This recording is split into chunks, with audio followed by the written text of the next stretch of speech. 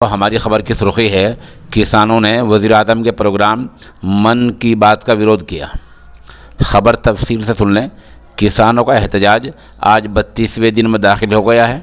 आज किसानों ने वज़ीर-ए-आज़म जनाब नरेंद्र मोदी के मन की बात प्रोग्राम की थाली बजाकर मुखालफत की है। भारतीय किसान यूनियन के कौमी तर्जुमान राकेश टिकैत ने खबर रसा एजेंसी पीटीआई को बताया कि जिस तरह वज़ीर-ए-आज़म ने कहा था कि कोरोना थाली बजाने से भाग जाएगा, इसी तरह किसान भी थाली बजा रहे हैं ताकि कृषि कवानीन भाग जाएं और इन पर पाबंदी आयद हो जाए, पाबंदी लग जाए।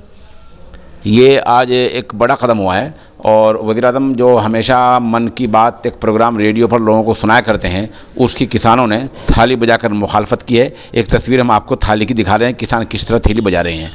इसी के बीच उधर टीकरी बॉर्डर पर पंजाब के एक और किसान ने आज जहर खाकर खुदकुशी कर लिया, आत्महत्या कर ली है। किसान ने वज़ीर-ए-आज़म के नाम एक ख़त भी छोड़ा है।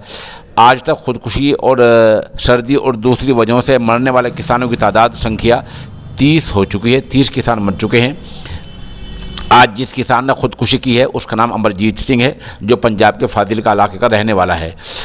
इधर किसानों ने सरकार से बात करने और मुलाकात की बात मान ली है। बताया जा रहा है कि 29 दिसंबर को किसान और सरकार की मुलाकात होगी। एक किसानों ने साफ कर दिया है कि बातचीत हमारी शर्तों पर होगी। तीनों जरिए यानी कृषि कवानीन को वापस लेने के इम्कानात पर तबादला ख्याल करना चाहिए और किसानों ने कहा कि इन कानूनों को वापस लेने में ही हमारी भी और सरकार की भी बेहतराई है।